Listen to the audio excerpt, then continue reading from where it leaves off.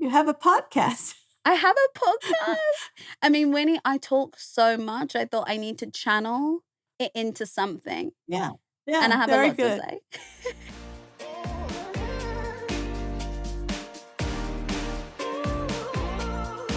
Today, I have a very special guest.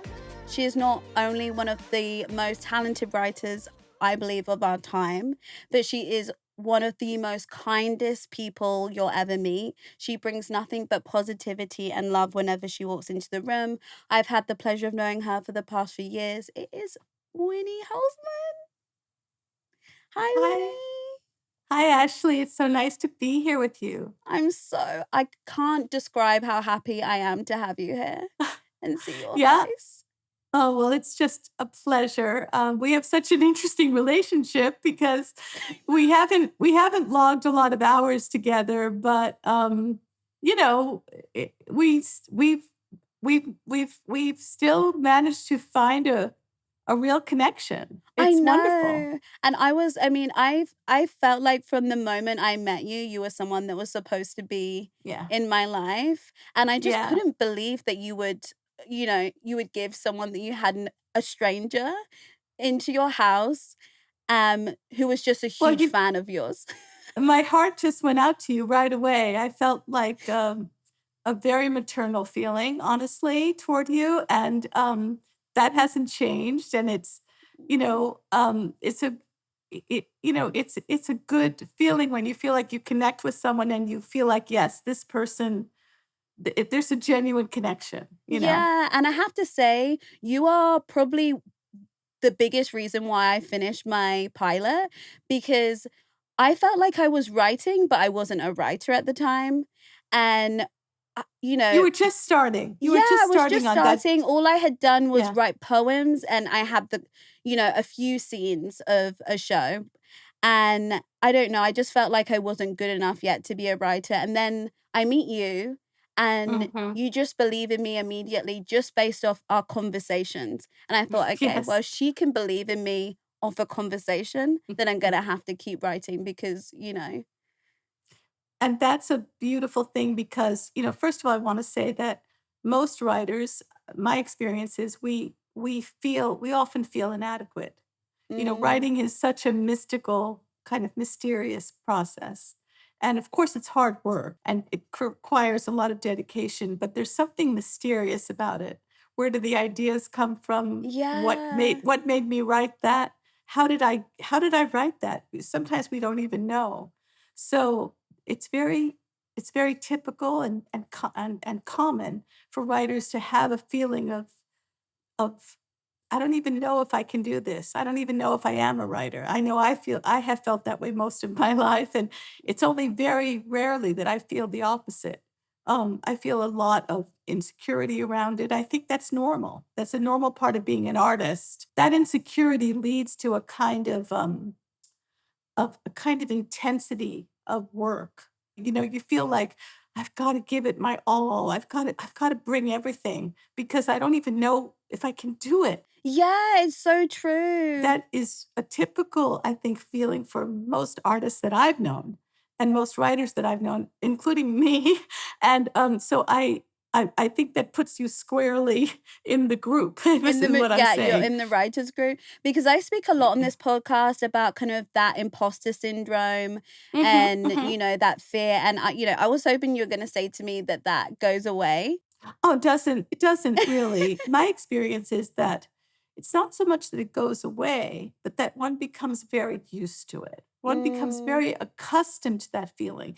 And that feeling becomes not a stranger, but more like a friend, more like, oh, this is how it feels all the time whenever I'm creating.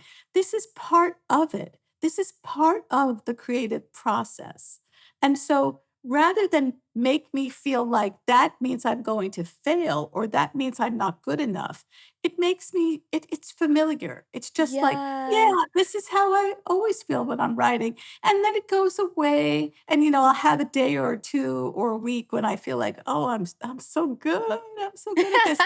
And then that'll go away again and be replaced with new insecurities or the same old insecurities. But the point is, that after I've done many, many projects feeling that way, I go, "It's just part of it. It's so okay." Yeah, and It's you more just it embrace those I feelings embrace as it, opposed and to I running don't away from them. exactly, and I don't let it frighten me or stop me. And I don't think it means anything. That's the other thing. Like in the Mm, beginning, when I was much, much younger, more like your age, I would think, well, that means I'm not good enough to really be a writer. But that isn't the case. It means nothing. It means nothing about your worth. It's just a natural part of the artistic process. Because, as we were saying before, there is a mystery to the process. There is an aspect of the process that we don't really understand, that yeah. we can't really control. So that can create a feeling of like, how do I even do it? I don't know if I can do it again.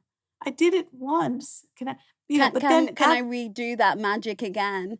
Because I feel yes, like that's the thing, exactly. like, it's not just doing it once. I mean, I feel like getting anything made is a huge achievement regardless of whether it Exactly. is successful or not, but sometimes I feel like, "Oh, if it's successful, can I do that again?" I mean, you're someone who I think has proved time and time again you absolutely can because you have created some of the most beautiful and complex characters and writing, I think, ever. I mean, I'm gonna be biased because I'm one of your biggest fans, but You are biased, and it's lovely. I'm basking in the glow. But honestly, it is a feeling of, um, yes, a feeling I've come to embrace. I mean, even, right now I'm embarked on a new project. I'm experiencing all the same insecurities, but it's not the same because I have done it so many times. So Yes. I don't attach the same meaning to it. To it, absolutely. I mean, can I take it back a little bit? Because I mean, you've been so gracious with me with your time. I just wonder, baby Winnie, when you were kind of starting out, how important were sort of mentors and people like that in your Mm. life to your journey in TV and theater? Incredibly important. I Yeah. mean, first of all, none of us do any of this alone. Our connections to each other as humans, and as artists, when we are playing that role as the artist, is everything. I can't even express the importance of the mentors in my life. So you wanted to go back to being a little one. Like when I was really little, I was writing poems, and and I guess you could say my mentor was the poetry I read as a little Mm. child. I remember my parents gave me a little book of children's poems, and I just read them over and over again. And I loved Alice in Wonderland, and there were certain books that were so inspiring to me, and I read them over and over again. Would you And say that was what inspired you to think, "Oh, maybe I wanna do this," because of how it made you feel when you were younger? yes, and I think I did have a natural affinity for rhyming and for rhythm and for language. I think I don't know if I can say I was born with it because I think my parents did encourage me by Mm. giving me a lot of books. But I feel that I had a certain natural bent. Yeah, my mom says I mean, she's gone now, but when my mom was alive, she used to say that even when I was a little girl, like about 4 or 5, I was making up little stories, Oh. telling little stories. So there was some natural part of me that liked to make up things. You see what I mean? I Yeah, mean, yeah. I can remember having little dolls. Remember little troll dolls? Did you ever have troll dolls? I had yeah, Um, I with the, like, hair that goes, like, the in hair the that different colors. Yes. Well, when they were first coming into fashion when I was a little girl, and I had a lot of them, little collection of them, and I made them little costumes, and I put on a little tiny musical. No, that is too It's cute. so cute. And so, if some angel had been able to come down and say to me, "This is what you're going to be doing as an adult, this is your path." This is your You know, gift. can you imagine? But I was just doing it naturally as, for play, for play. Yeah. But then in my mid-20s, a friend of mine really encouraged me to apply to a grad school program here in the US, in New York City, which is it was the first the grad this grad school program at NYU had just been created. It was brand new and was for musical theater writing. There had never been like a program like this. And my friend and at that time I was not thinking about writing musicals. I was trying to be a writer, but I wasn't thinking specifically of musicals and I was kind of lost in my I felt very talk about feeling lost and discouraged. I felt kind of like, well, maybe I'm not good enough was really my feeling. And I felt very, very alone and kind of lost without direction. And my friend encouraged me to apply. I did apply. I got a full scholarship.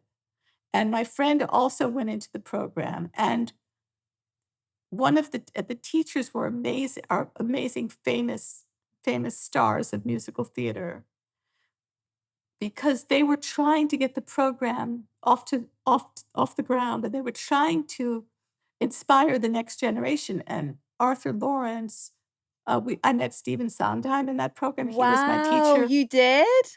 Yes, for about 6 weeks, he was our teacher. Wow, Incredible, that is that I mean, incredible. incredible, and, Leonard Bernstein was there. Arthur Lawrence, who wrote the libretto, the book to Gypsy, the musical Gypsy, and also to West Side Story, and is an incredible writer. He became my mentor. Wow. He really saw something in me, and he noticed me. And that feeling, Ashley, which I'm sure you've had. Well, I'm sure you've had it when someone kind of notices you, Yeah, and they really pick see you out and be yes, like, "I see something in you, and I think in you. you're special." That's honestly Exactly. how I felt when I met you, so it's really funny Yes. that that's how you felt, and it makes Yes. all the difference It because makes it all the doesn't difference. then matter about all the Ex self-doubt and the rejections because exactly, this because you person have believes faith in in me. that person. You think, Yes. I have faith in that person's, insight and that person's knowledge and wisdom. So if that person is choosing to believe in me, I'm just gonna go with that.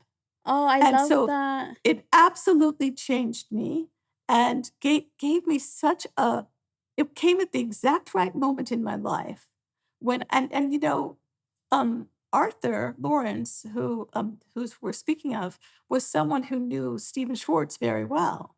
No, And so wow. so the fact that Arthur believed in me, is part of the reason decades later that Stephen, I think I mean, he hasn't said that to me, but I believe that decades later, that's one of the reasons Stephen had confidence in me That feels like it because was written in the stars, if I can say so. Like, that is so yeah, symbiotic. yeah. I mean, it took, I met Stephen in that program very briefly. He came and spoke to us, to our class for a few hours. And he says he remembers me from that encounter. There were No 13 way. students in the class, so I don't know how he noticed me so much, but 'Cause he you're so says he special, did. Winnie. That's why. He says he did. But anyway, all of these things, you never know what's gonna lead to what, if you see what I mean, Yeah, you absolutely. never, never know. So for instance, earlier in my 20s, before that program came into my life, one of the things I'd been doing in my early 20s was I joined a comedy group with two guys and another girl. We made a comedy group together. We wrote a lot of material and we performed it. And we wrote it sort of separately and then brought it together. Do you see what Have I you mean? got any video recordings of this that I could ever I see? d- I do, but I don't like the recording we have of it, so I don't really usually show it to people. Uh, we made a brief appearance on David Letterman when the No first time way! yeah, it was like the first season of the very first David Letterman show, and I don't really like it because we weren't really very good for camera. We performed in nightclubs, and, Mhm. we had the audiences that liked us, and we weren't really right for TV. But what I was gonna say about the comedy group is that I performed for years with that group, and I wrote a lot with the group on my own, and then material that I performed. So when this opportunity to apply to the musical theater program came up, I had a lot of material that I'd been writing for years. Oh, so you were able to bring I that. would so in other words, my let me just say that my parents probably were looking at this comedy group going, "Why is she fooling around with this fakakta," that's Yiddish, "with this fakakta, comedy group when she could be going to law school or making something of herself? Why is she What is going wasting on? her time?" You know what I mean? Yeah. But without all of those years spent writing comedy, I would not have had all the material I had to apply that got me the scholarship, that got me into that program that did change my life. Wow. So it's very interesting, especially I would say to younger people, but really to any people. Um, when when you're trying to make something of yourself, you often think, well, what is this going to lead to? Well, you Mm. don't know. You don't know. But if you put your heart and soul into it, if you really if you really with discipline work at it, if you give to it and give a lot to it, it may lead to something amazing. And even Yeah. if it doesn't, and you were alluding to this before, even if it doesn't quote unquote lead to something else, you will always have the satisfaction of knowing that you committed all the way, that you gave everything. Everything. And Yeah. that, that's what it's about in our lives. It's like it's not holding back. Whether it's giving, it's giving with your heart. It's always going to lead somewhere. I feel like I am Mhm. definitely in a position right now where I feel like, I mean, the podcast is called Losing the Plot, and it's kind of me I leaning noticed that. I love that. That's leaning great, into the great. chaos. And, Yeah, you know, I'm kind of in a position right now where I'm like, I don't know how or when things are gonna work out, yeah, and it's just trusting the process and knowing that it's all a part of the story, either for good or that's for right. worse, it's all part of the That's right. story. I mean, when you were in, in positions like that in your life, what was the best advice that you were given that really, like, brought you back to center and was like, "Okay, I can keep going now?" It was what I was just saying. It was that the joy and the reward is giving everything you Mm, have to the process. In other words, to creating whatever it is you're creating. In other words, not thinking about what's it going to lead to? What's the result? Is it going to make me money? Is it going to give me this? Is yeah. it going to give me that? In other words, it's not about what it's going to give you later. It's about you giving to it. It's about you pouring yourself into it with dedication. I would use that Yes. word because that's when you can feel really good about your life. You know what I mean? Nobody You don't wanna look back later and go, "Gee, I kind of sleptwalked through that. I didn't really give everything I had." I think a lot of times people are tempted, and I include myself, to hold back because the feeling is that I won't get hurt if I hold back. Do you see what I Yes, mean? especially when you're exposing yourself. I think when I'm sharing my That's right. writing or even That's with this right. podcast, I feel so exposed. And it's almost like, well, if I don't show everything, if I just like give them a peek, then maybe I won't get as hurt. Exactly, but the truth is that the reward comes when you're all in. Yeah. Do you know what I mean? And when Yeah. you're giving everything you have, and I mean giving on a heart soul level. I don't mean, oh, pour all your money into something, crazy. I'm not talking about materially. I'm talking about your life in terms of your soul and your heart. Like Yeah, emotionally giving and being fully devoting committed yourself, to the process. fully Yes. committed and not holding back and not it's like, if people go to an audition, and they sort of hold back, then we didn't even get to really see them. And so they can't really they may feel like they're protecting themselves, but they didn't really give everything. And so we didn't really meet them. Do you see what I mean? It's that kind of thing. And this is not it's easy to or just it's easier to say it than to do it. But it's not that you have to do it perfectly. It's that is the the part of one's life goal, to keep that in mind. My husband's an actor, I think right? And Yes, he I was do. He's wonderful. he's a wonderful actor, and he did, about 5 different films with Robert Altman. Robert Altman was, speaking of mentors, was like a mentor to him. Robert Wow. Altman was a great American filmmaker. I don't know if you know him, but he did No, yeah. MASH and Yeah, McCabe I've and heard Mrs. of him. Miller, Nashville, incredible movies. And, um Paul told me that he once came over to Paul during the film while they were on set, during the filming of one of the movies, and said, "Enjoy it right now. Get all the joy right now, because we don't even know if this is gonna get released." Yeah, and that's the And thing when you're a part of these movies or TV shows, even once you've filmed it, you don't know if it's even you don't gonna be know. released, you And then know? you don't know how people are gonna react, and you don't I mean, I've never known. How can you know? You don't know. Yes. So the point is to enjoy in a full way the process of creating, the process of making something, Yeah, and not you know? losing the love for it and why you got Yeah, into it. exactly. Yeah, I mean, speaking about Paul, I mean, listen, I am single at the moment, and I feel like I have a lot of aspirations to be successful, but also at some point I'd love to find love. I mean, you've been married for 41 years, is it? Yes, yes. I I can't mean, believe it, but it's true. like, wow.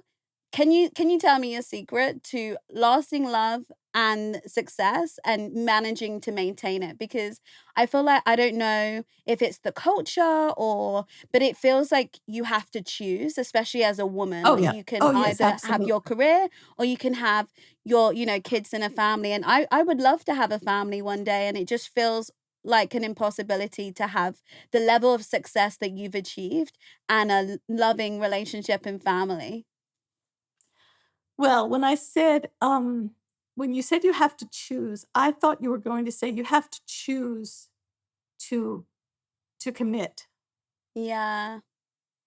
Um, Nothing's perfect, and there's no marriage. There's no such thing as a perfect marriage or a marriage that gives you everything, because people are people. They're human.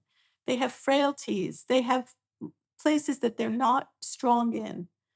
I think I got really lucky with my husband, but, because my husband really genuinely believed in me and wanted success for me. He wasn't Yes. in a competition with me. Yeah, I was You gonna know say, I feel like, not with everyone, but I've heard a lot of friends and people in creative industries when you're both wanting the same sort of success or within the same era, that, there is that it can be really hard. And I think there can be situations where they can resent you, but they don't even know they resent you, you Oh, know? absolutely, absolutely. I think it's so tricky, and I feel like I got really lucky because, first of all, I never dreamed of this level of success, honestly. I was just happy to be a working writer.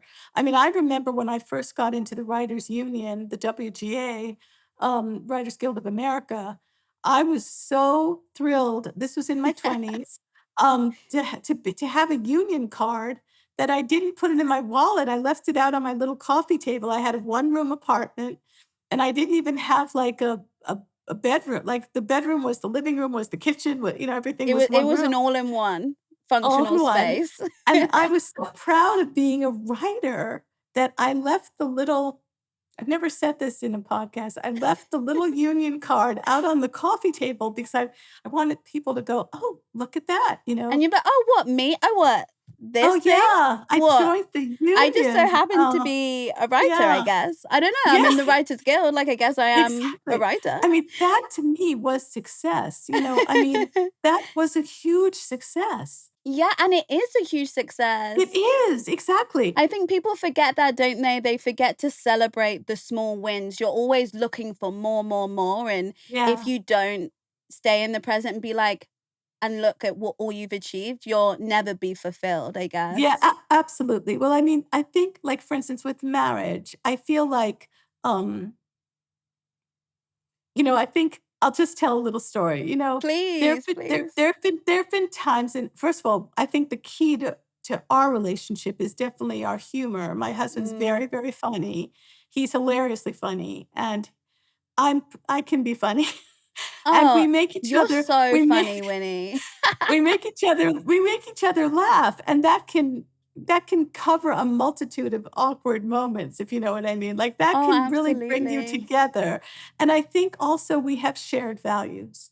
I Mm. think, in the end, we were very different. We were raised in completely different circumstances. We're from 2 different cultures. We're so different, Ashley, but we have shared values. And that's the thing that matters the most, right? Is like what you both believe in. The deeper things, yeah, the Yeah. deeper things, like, not the surface things. But on the surface, we are so different. But I was gonna say this little story, which is that, when we first moved out to LA, I didn't my career wasn't going very well, my career in quotes. I'd written my first musical. My first musical was considered a flop, a big flop. Well, not a big flop because it was very little, so a little flop. And, we moved because of Paul's career. He got an offer to do a TV show out here, and so we decided to move. I was very relieved to move because I was very down because I'd been working on that musical for, like, 7 years. It got really bad reviews, and it was like I said, it was just that's the end of that, and I was felt like I was that we have this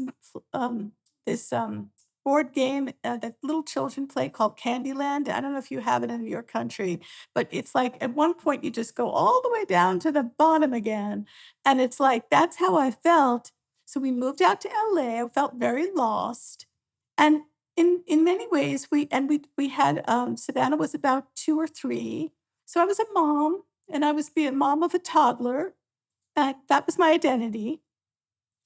And I think there was a little bit of rockiness for me and Paul. It was a lot to deal with, a brand new place, a brand new baby, uh, um, and I remember thinking to myself, "What if we split up?" I'd never thought of that before, but I remember thinking, "What if we split up?" And then I imagined it, the way you do because 'cause you're a storyteller. I Yeah, went, you "Oh, picture okay, the so whole so all every yes." scene And I in went, that. "Okay, so at first it's really heartbreaking, but then I get used to it, and then I decide to try to date, and, it's pretty hard to date with a toddler, but I try to do I'm it." a single And then I think mom. exactly, and then I think, "Okay, so now I met someone," and I had this realization, Ashley.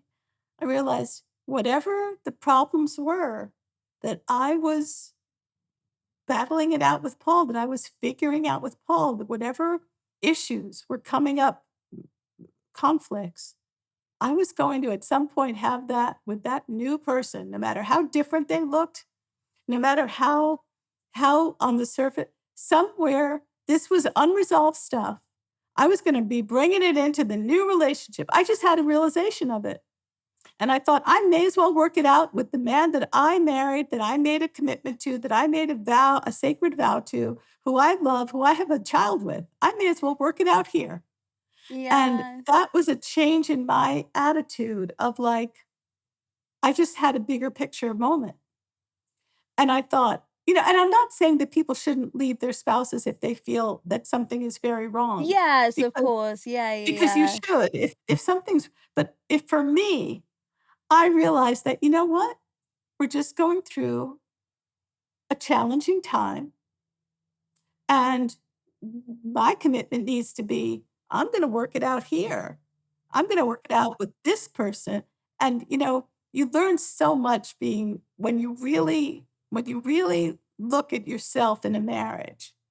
You know what I mean? You learn so much about yourself Yes. because And I that's guess you're when choosing to love that person through every different stage. Because when you met, you didn't have kids and you were, you know, and it's a whole nother version of each other. And I guess you have to choose to love every version of yourself and every version of them.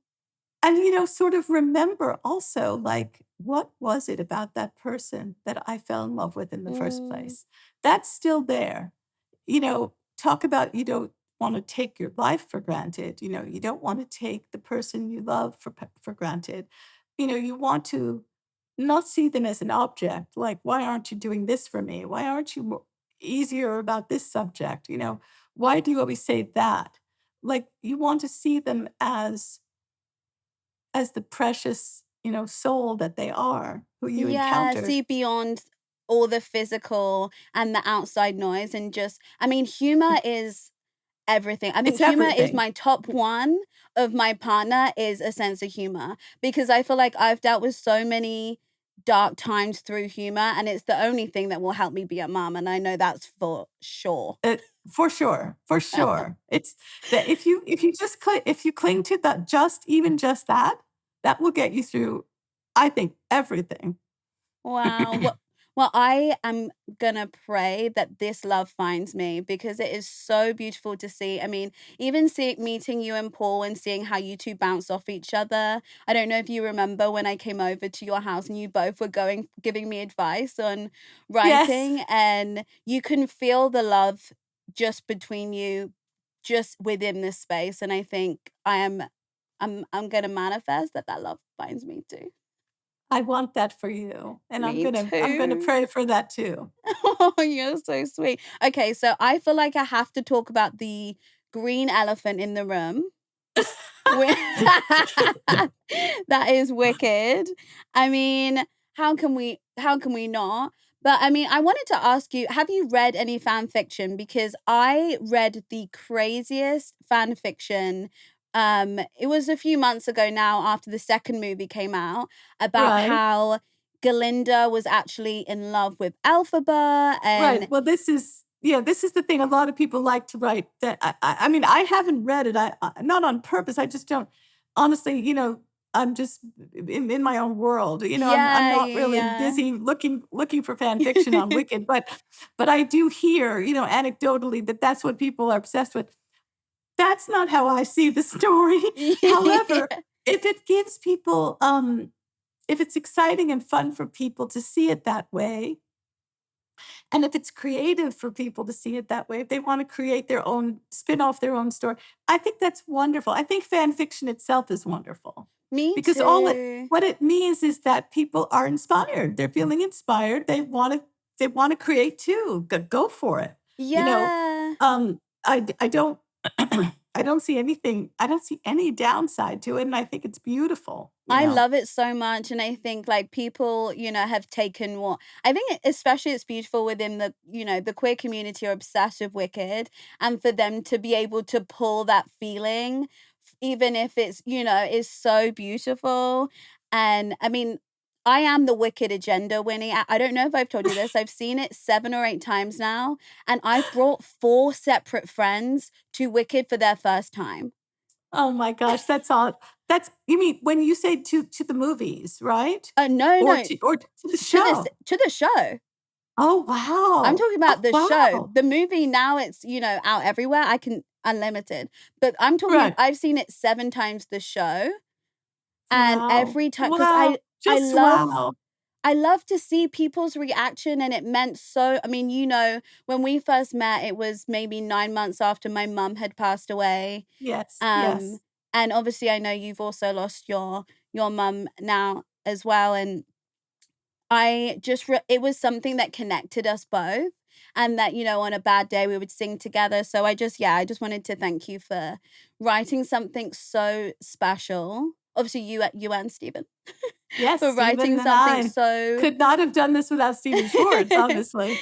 Um, obviously, but you have brought together so many female friendships, male friendships, families, things that, people don't can't connect over anything else apart from your words, and I think what a incredible legacy. I just needed to say that. Thank you.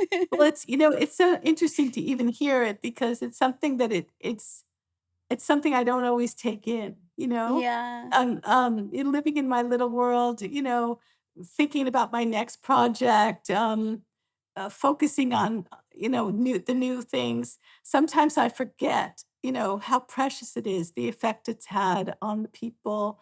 And yeah, I'm really grateful. I'm really grateful to have been part of something that can have such a, um, such positive Yeah. effect.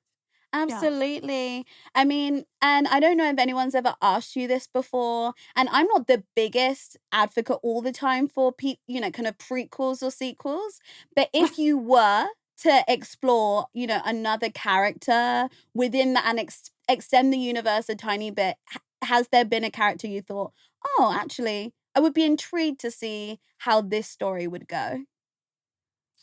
Well, it's interesting. People haven't really been asking me that.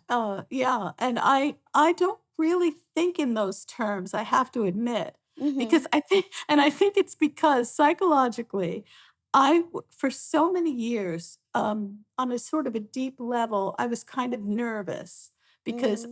I'm anxious, or I don't even know how to put it because I don't mean to make it sound negative.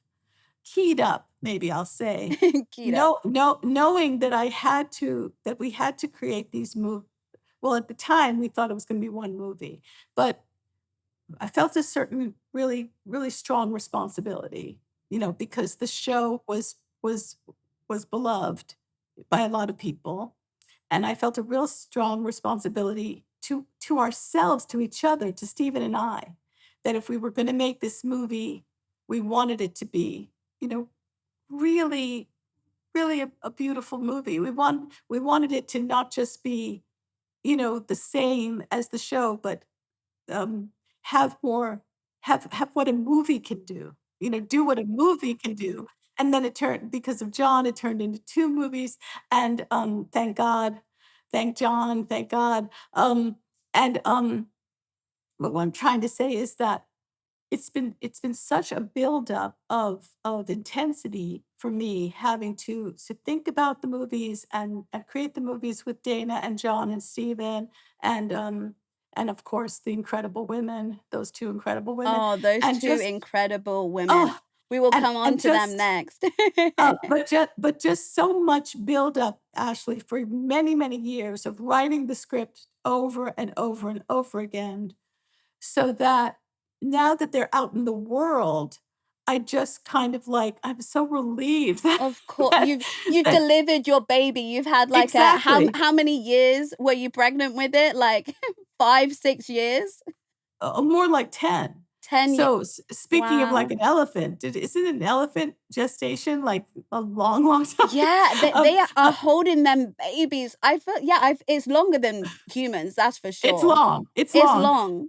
long. That's what it felt sort of like. So I have such a sense of relief and release Mm. that the movies are out there that I sort of see that as like, I'm done with that. You know what I mean? Yeah, Like, you've given birth, you've given it to the world, and you're yes, able yes. to, like, look and I mean, the movies are so I wish you could have I recorded my reaction, especially to the end of the first one. I've not sobbed or my face I mean, I'm gonna need Botox. Do you know who I blame for my Botox in the future, Winnie? It's you. Because I was grinning, crying at the same time because, I mean, the chemistry between Ariana and Cynthia is I mean, It's amazing. you couldn't It's have it's it's it's found 2 better miraculous. people. It really No, is. I mean, that's what's the thing is so thrilling. It's like we got the 2 perfect w artists for those roles. Like, we did. I mean, I don't even know how we got that lucky. This is not something you can make happen. This is fate. This is God. This is, It it's is a amazing. higher being that came It down, is. It and is. also, I mean, I'm a huge fan of John's, I'm a huge fan of Stevens, like, you couldn't have put together it's like the A-team, you know? Like, you couldn't have put together a better team and collaborators than on that movie. Yes, I just wanna say, going right back to what we were when we started off the conversation, what it felt like when we were all making the scripts and then, everyone, we were just so bent on giving our all, Yes. doing our best, working as hard as we could, questioning everything to make sure it was saying everything, holding everything that we wanted it to hold, literally questioning every moment of the script. I mean, in other words, like, we were never sitting back going, "Oh, we're the A team. We got this." Yeah, Like, you it didn't was rely on you didn't rely on your, on the talent. And everything does feel very, very considered in that movie. Every last detail, especially like I guess in theater you don't get those close-ups, especially if you don't have if you're in the nosebleeds, you're not gonna be able to see. But the thing that I can't even describe, the moment, it was in the first movie when Cynthia and Ariana are doing the dance sequence together, and there is a moment where I think there's a close-up of Cynthia, and you can see how much it means to her to have someone to show up for her in that yes, way. yes, And yes. that will I think that moment is gonna stay with me forever because it was so powerful and so beautiful, and you just don't get that, I guess, in the theater. There's so much you do get from the theater, but you just don't get those sort of moments. Well, that's what kept us really going, was that Yeah. we knew that we had the opportunity to do something, to go to new places, and to do something that we hadn't done on stage. On stage, we're very, grateful for the way that the show has lived on, and we love that people still love it. It's wonderful. I mean, Yeah, it's 20 years wonderful. deep, right? Yeah, exactly, more than 20, yeah, exactly, and we're so grateful for the response, and also the show itself. We put so much care into the show, obviously. The show was written with great love and great care, and, directed by Joe with such care, but, um but we had this opportunity, you see, to do something to go further with it. And so we never wanted it to be just the play on film, if you see what Mm. I mean. Yeah, you wanted We it to wanted it to feel be like a movie. cinematic. Yes. Exactly. And so for that, we had to all of us had to open our minds, open our hearts, just let's almost like start again, but yet keeping to the spirit and the emotion of the show, keeping that alive, but going into places that only a movie can go. Yeah, I mean, you and Dana did a beautiful job on there. And okay, I do have a question for you though, because there was something that was going around online with Michelle Yu about in her press about the MMWW. Did that ever cross your universe of the Madame No. Marble Oh, flip I it know. My around daughter told me Wicked that it was Witch? online. Yeah, I mean, it's so clever. It's so It's clever. but I didn't think of it. No, I didn't think of it. I think that Michelle thought of that, It's right? so I'm obsessed with it. I'm also it took on a I life of can't its take own credit for online. it. Yeah, but it's real. It's real. I mean, It really is. she is the Wicked Witch of the show, you know? Yes. And and also it just is so special that Flip It Around, Wicked Witch, that was Right, my right. vocal stim for about a month because I just Well, it's not I can't take credit for that. I mean, Okay, well I had to ask if it was something you had thought about or no, um never crossed my mind.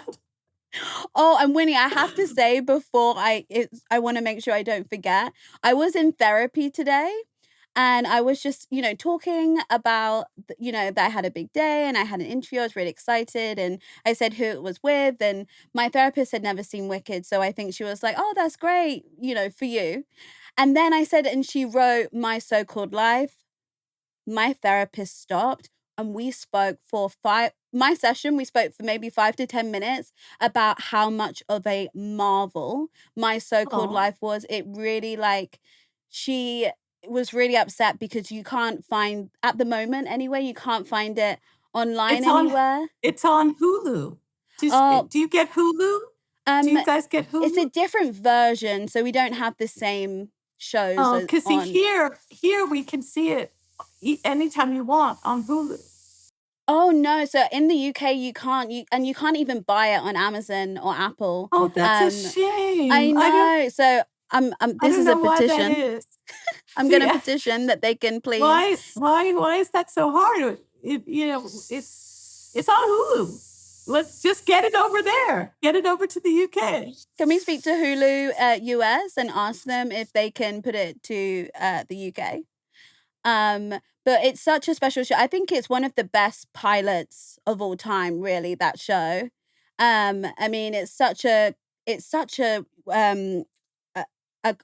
you know, a cult classic with the Yes. style and the writing. But I mean, back there when you wrote it, Savannah was only quite young at that time, Yeah, right? she Like was she about wasn't. 7 years old, I think. I did not have a teen daughter.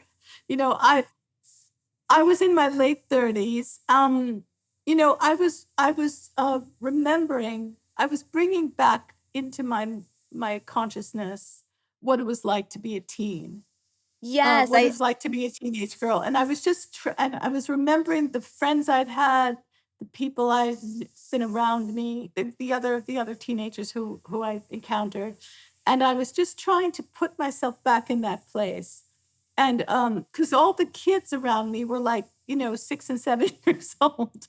Um, I was just, Oh, Winnie, I we're was getting a just, bit of like, oh, my hair. yeah.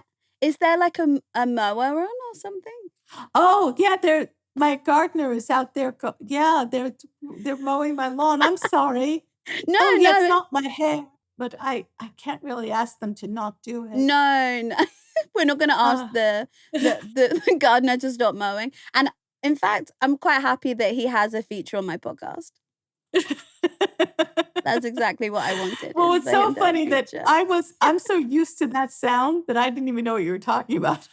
'Cause that's such an LA sound. Yes. And I'm so ADHD and I was so locked into this conversation that it went over my head as well. I was like, Good. and it was my poor Dana, who's my sound engineer, was like, "Can you hear that?" So I'll just say this episode of Losing the Plot is with Winnie and Winnie's gardener, which is what's his name? His name is Luis. Luis. Okay, amazing. We have two people on the podcast. Really, it's a 2-for-1. But no, going back to My So-Called Life, obviously now you have had a teenager and kind of, I guess, reflecting on teenagers within, nowadays it's a completely different experience, I think, to even when I was a teenager. Sadly, yes. I do think it's gotten harder for teenagers, for children and teenagers because of social media. Yeah. It's just my opinion for children and teenagers because of social media and because of all the changes in the culture around that. Um, but interestingly, I've heard anecdotally from people who go back and watch the show now, young people, they really relate to it. Even though that was a world without phones, that was a world without social media. But the truth is, somehow the emotions, um, Yes. they remain the same.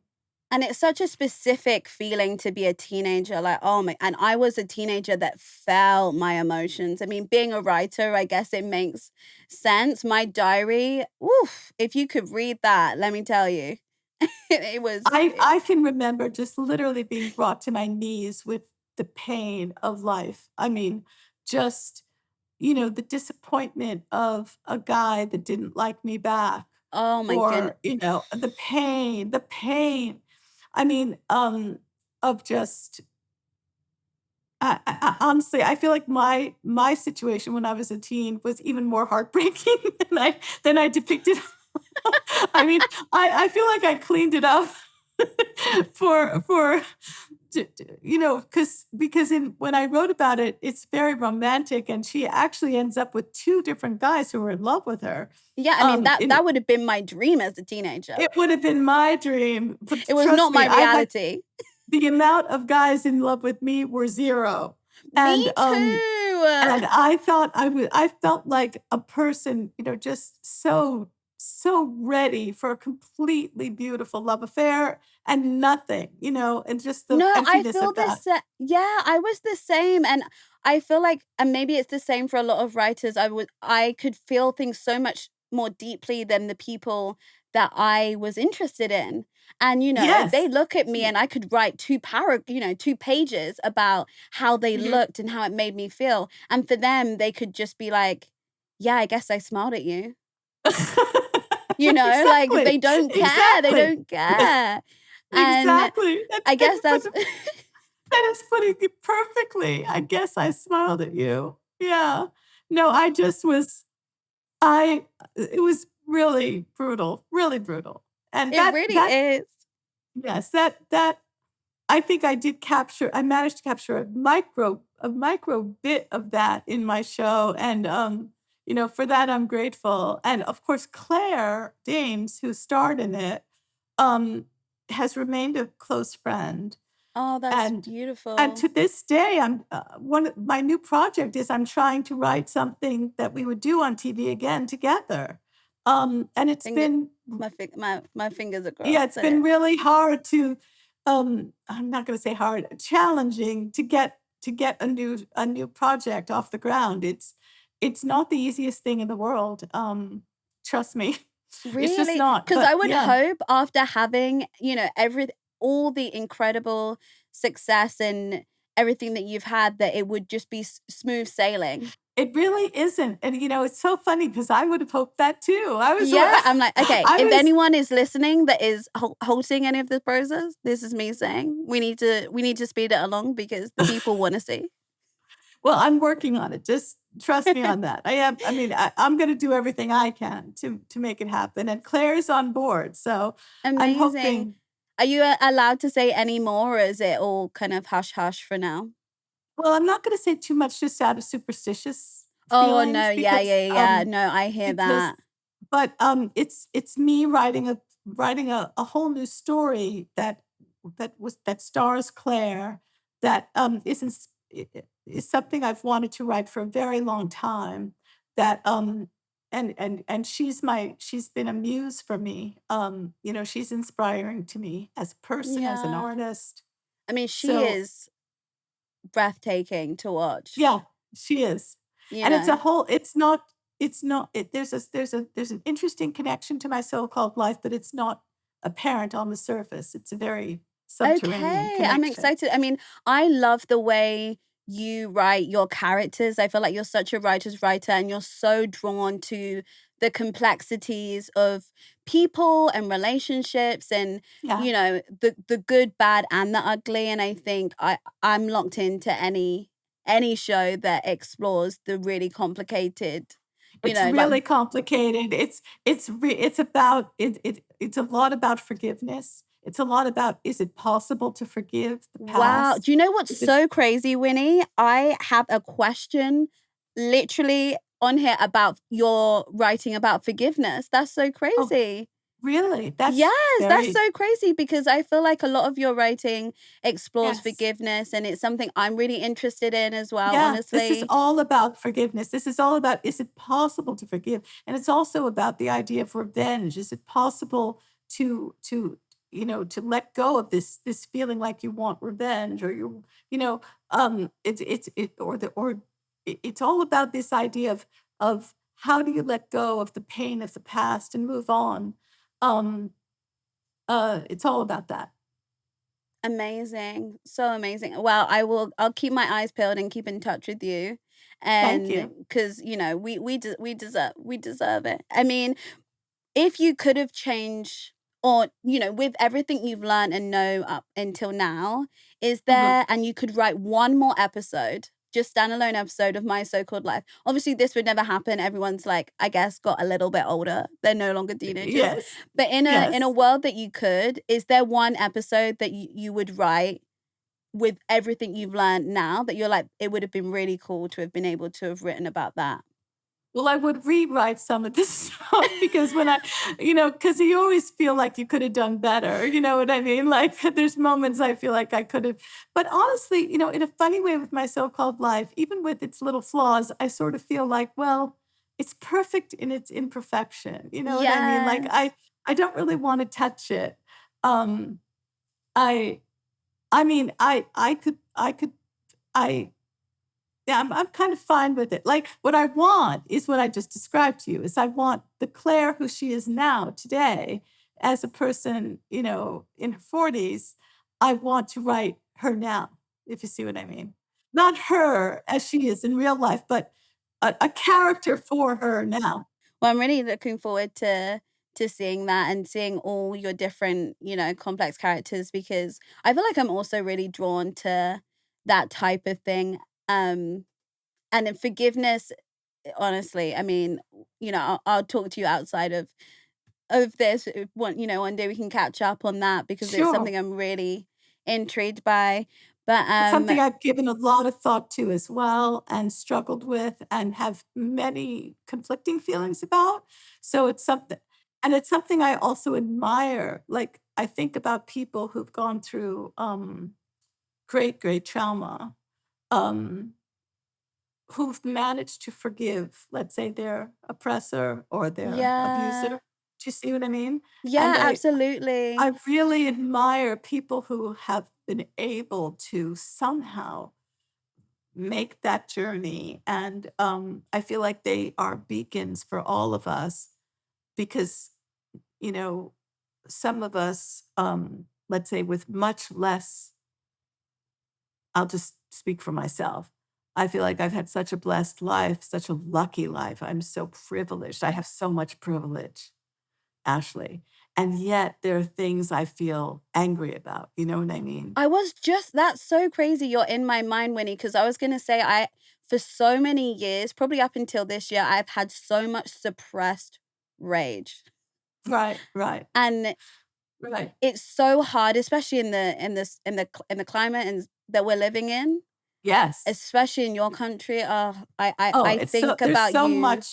there's so much, pain. People So are much there's so much pain. pain and so much injustice, so much So much, injustice. I mean, yes. the people who are being treated with such cruelty deserve it the least. And then the people who are being elevated are these horribly evil people. I mean, Yes. it's so misguided. It's so ugly, you know? It's ugly and wrong. And some things in life, are there's still such a thing as right and wrong. Some things are just wrong. And it's really wrong to mistreat people and to mistreat children and people who have done nothing but try to live a decent life. I mean, I so agree, and it makes horrible. me feel so It's crazy, Me Winnie, too, me and too. it makes But me what feel I like, am I living in the same reality as well, everyone well, else, you know? what we all have to do is hold to a certain level of kindness in our own lives. In other words, we have to hold on to the idea that kindness and treating people with dignity and respect and love is important. It's maybe the most important thing. And we have to hold on to doing that ourselves as much as we can. We Yes, and can't not we can't lose our shift. humility. Exactly. Yeah. We can't shift the whole world and the whole country. I mean, I do what I can. We all are doing what we can, but what we can do is never forget how important kindness is, how important it is to treat others with respect. We have to do that in our own lives. Yes, and if everyone does that, I mean, I speak to a lot of friends, and I think they feel sometimes very discouraged, like, "Well, what can I do?" And I think Yes. small things go such a long way, and you're so That's right in it. saying That's that. it. Anything you can do that is promotes any kind of kindness, understanding, love, respect, anything, no matter how small, is meaningful, especially Yes, now. and especially, like, I think 'cause it's you putting that into the world, into the universe, and if everyone does that who That's feels, right. Then there's a fatigued from shift. that, there will be a whole shift. I mean, I'm gonna Ex have to wrap up soon, but I just have one more thing for you, Winnie. So Yes, every dear. episode, I have a nemesis. It's all very tongue in cheek, but my nemesis of this episode is people who record in the theater. I was in the theater the other day, Oh, and there dear, was that's illegal. Yeah. yeah, and That's not okay. they are on the list, Winnie, because the usher was flashing a torch at him. This man didn't see a thing. He He was wouldn't trying to get stop. his money shot. I don't even know. I don't know if he could just, wasn't bothered or couldn't see. And I mean, have you got any nemesises that are just little cheeky ones that are like, Of things that drive me crazy. yes. Oh my gosh. I know you're so pure-hearted. I feel like I've asked the wrong person. No. Listen, I think so. I think one of the things that's driving me crazy these days is from morning till night, I get texts and emails and phone calls asking, well, this is like maybe a United States thing, but from candidates asking for money. And the thing is, like, it's because I donate because I'm not the only one. I mean, we who believe that we've got to change, the politics of the country, like we donate to candidates all the time, Yeah. right? To try to help them get elected. And in our country, it's so crazy and fucked up because Oh, yeah, because you it's have there's lobbyists and it's all, yeah, it's and all the it money and it's crazy, but, you're trying to help, and the reward is that you get even more, like, requests for help. no. So it's like and it starts in the morning, and it goes all day, and it goes all night, and it never stops, and it sort of drives me crazy, although, honestly, it's a small price to pay for, what is important, which is trying to make a difference. But it drives me absolutely crazy. And also another thing that drives me crazy is junk mail. I don't know if you have this in the UK. I get a lot of mail that's just like it's just like Just nothing. random spam being like, Yes. we can change your life. Do X, Y, and Yeah. Z. But I'm not even talking about online. I mean, like, on my Oh, computer. I'm physical talking mail. about physical mail, which is like that's paper and trees and waste and Oh bullshit and no. it comes a lot. I feel like I'm talking about such silly things. I mean, No, none of this no, that is matters. the perfect. And those people are now on my nemesis list for you. Thank you. Thank you. I mean, Well, Winnie, I could talk to you for hours and hours. I wish you lived closer to me because honestly, you'd probably be sick of me, to be fair, if you I'm lived closer I'm to gonna me. have to and we're gonna have to get together again. You're gonna have to come back to LA, or I'm gonna Yes, have to go. I'm thinking of coming in the next few months, so I Oh, will let great. Well, you let me know. I will let you Please. know. Thank you so much. I'm going to treasure this podcast interview for the rest of my life. I I'm have so in fact glad. I've been changed for good. This is me I'm and you. so glad. I'm so glad. And I love you, Ashley. I really do. I love you so, so, so much. I can't describe. So I just want to say thank you so much.